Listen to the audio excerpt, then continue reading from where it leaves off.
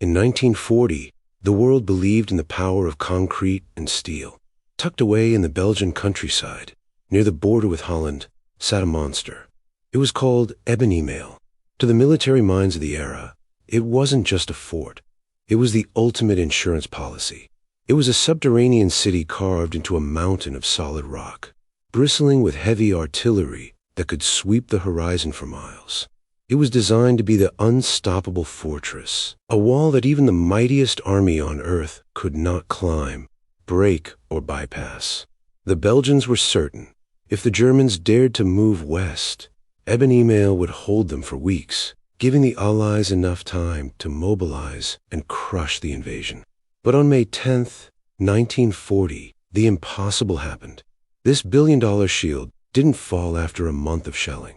It didn't fall after a heroic siege. It fell in just one day. Actually, the killing blow was delivered in the first 20 minutes. How'd a handful of men defeat a mountain? How'd the strongest fort in the world become a tomb for Belgian hopes? Today, we're looking at the day the rules of war changed forever. This is the fall of Eben-Emael. To understand why this fall was so shocking, we have to look at what Eben-Emael actually was. Constructed in the early 1930s, the fort was a masterpiece of engineering.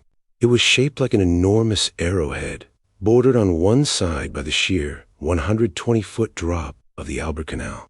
Inside, there were 3 miles of tunnels.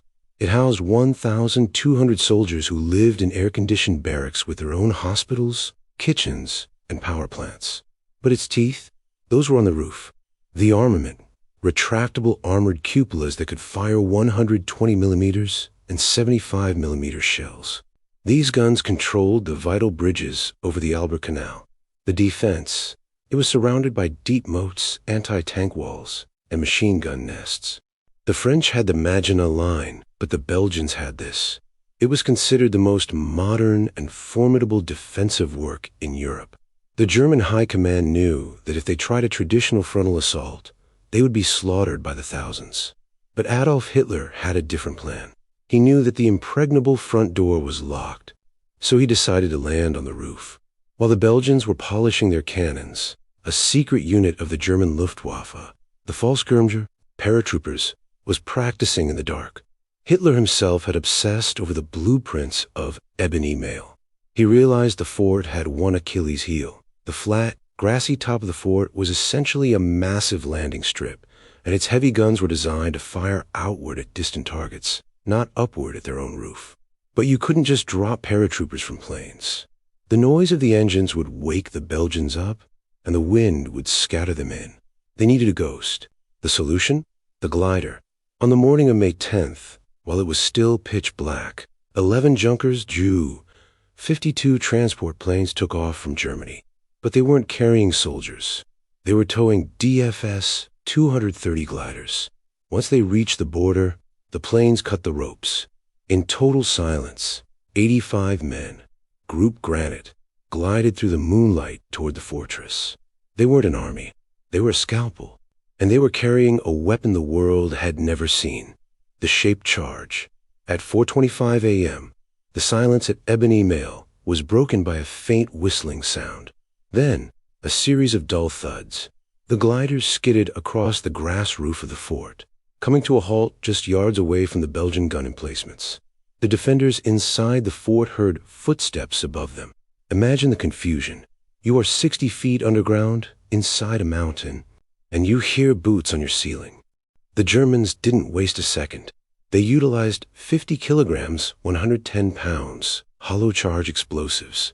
Unlike normal bombs that explode outward, a shaped charge focuses all its energy into a narrow, white-hot jet of molten metal. It cut through the thick steel armor of the cupolas like a hot knife through butter. The German commandos dropped grenades into the holes.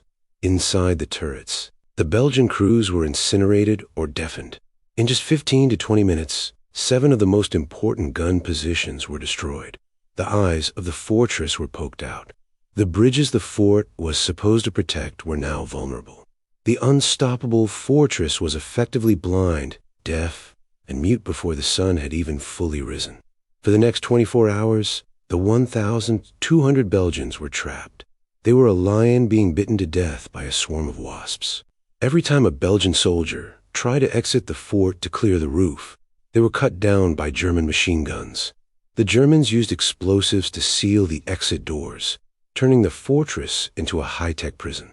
The Belgian commander, Major Jatrand, realized that his massive cannons were useless against the men standing directly on top of them. By the next morning, German ground forces, the 151st Infantry Regiment, linked up with the paratroopers. Realizing that further resistance would only lead to a massacre of his men in the tunnels, Jatrand surrendered. Eben-Emael, the pride of Belgium, had fallen in just 30 hours.